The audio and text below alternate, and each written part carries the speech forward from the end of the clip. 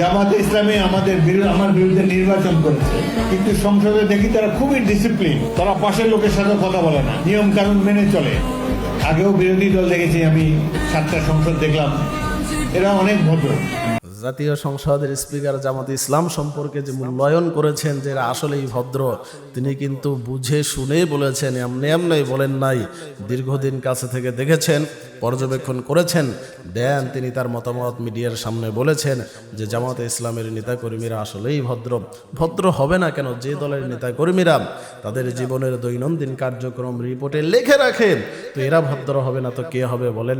যে দলের নেতাকর্মীরা তাদের জীবন শুরু থেকে শেষ পর্যন্ত ডিসিপ্লিন ওয়েতে পরিচালিত করে, তো এরা ভদ্র হবে না কারা হবে বলেন? আপনি একটা জিনিস দেখবেন, আপনি যে কোনো একটি দলের নেতাকর্মীকে গালি দিবেন, সেই দলের সর্বোচ্চ পর্যায় থেকে পাল্টা গালি আপনাকে দেওয়া হবে। কিন্তু এই দলের নেতাকর্মীদের আপনি গালি দেন আর যাই করেন, পোস্টেড কোনো নেতা, সর্বোচ্চ পর্যায় থেকে কোনো নেতা আপনাকে পাল্টা গালি দেবে না, নিশ্চিত থাকেন। 2 নাম্বার হলো আল্লাহ পাক রব্বুল আলামিন বলেন, যালিকাল কিতাবু লা রাইবা ফীহি, যালিকাল কিতাবু লা রাইবা ফীহি হুদাল লিল মুত্তাকিন।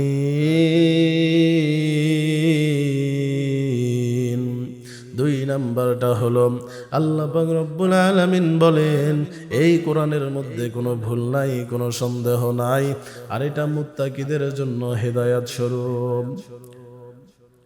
আজকে কত নাস্তিক বের হয়েছে, কোরআনের ভুল ধরতে চায়, কোরআনকে অপমান করতে চায়। এতই যদি সাহস থাকে, নিজে একটা সূরা বানিয়ে দেখা, তুই কত বড় নাস্তিক।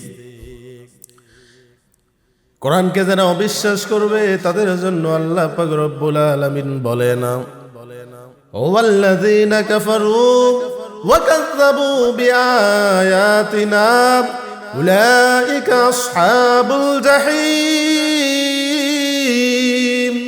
যারা কোরআনকে ভুল বলবে, যারা কোরআনকে মানবে না, এদেরকে আমার আল্লাহ জাহিম নামক জাহান্নামে নিক্ষেপ করবেন। সুতরাং সাবধান, কোরআনকে মূল্যায়ন করো, কোরআনের পথে জীবনকে পরিচালিত করো, আল্লাহ পাক রব্বুল আলামিন জান্নাত পর্যন্ত পৌঁছায় দেবে। আজকে বড় দুর্ভাগ্যের বিষয় আমাদের, দেখা যায় আমরা 1 থেকে মাস্টার্স পর্যন্ত কত বই পড়ি, রবীন্দ্রের বই পড়ি, কাজী নজরুলের বই পড়ি, জসিমউদ্দিনের বই পড়ি, কত গল্প, শেক্সপিয়ারের বই পড়ি, কিন্তু আল্লাহর কোরআনটা অনেকে সহি শুদ্ধভাবে পড়তে পারে না। দেখা যায় পুরুষের ক্ষেত্রেও নারীদের ক্ষেত্রেও, অথচ কোরআন ভুল করে পড়লে কিন্তু গুনাহ হবে। বাংলা ইংরেজি ভুল করে পড়লে গুনাহ হয় না, কোরআন ভুল করে পড়লে গুনাহ হয়। যালিকাল কিতাবু লা রাইবা ফীহি, এটা সেই কিতাব, এই যে লা, এর মধ্যে কোনো ভুল নাই, কোনো সন্দেহ নাই, লাম আলিফ জবর লা। কিন্তু আপনি যদি বলেন যালিকাল কিতাবু লা রাইবা ফীহি, অনেকেই নামাজের মধ্যে পড়ে আলহামদুলিল্লাহি রাব্বিল আলামিন, সহি শুদ্ধ করে পড়ে না, অথচ নামাজ ভঙ্গের 19টি কারণ আছে। 1 নাম্বার কারণ হলো নামাজের মধ্যে অশুদ্ধ তেলাওয়াত। শুধু মুসল্লিদের কথা কি বলবো, অনেক মসজিদের মুয়াজ্জিনরাও আছে এরকম, আল্লাহু আকবার, আল্লাহ, আজানও ঠিক মতো দিতে পারে না, পড়ার মধ্যে ভুল, কোরআন সহি করে পড়তে পারে না। অনেক মহিলারাও আছে, দেখবেন যে সব কথা মুখ দিয়ে দ্রুত বের করে, কিন্তু কোরআন পড়তে গিয়া এমন স্লো হয়ে যায়, যালিকাল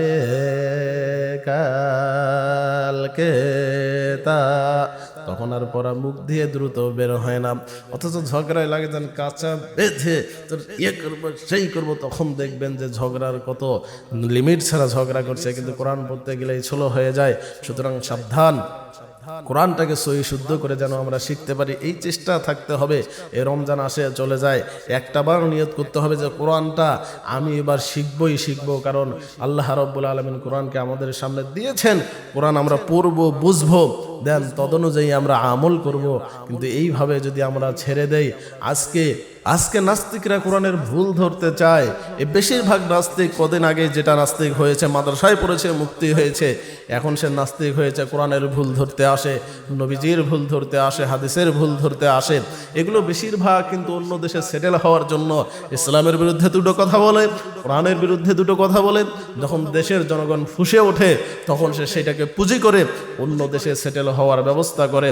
তুমি এতই যদি বড় নাস্তিক হয়ে থাকো, কোরআনের যদি ভুল ধরতে চাও, কুল্লু নাফসিন যায়িকাতুল মাউত, everyone has to take the test of death. মৃত্যুর স্বাদ গ্রহণ করতে হবে। আল্লাহর কোরআনের এই আয়াতকে চ্যালেঞ্জ জানিয়ে দেখা বেটা কত বড় নাস্তিক তুই। বিজ্ঞান আজকে সমুদ্রের তলদেশ থেকে মহাকাশ পর্যন্ত পৌঁছে গিয়েছে, কিন্তু কারো বাবার সাধ্য নাই আল্লাহর কোরআনের এই আয়াতকে চ্যালেঞ্জ জানায়।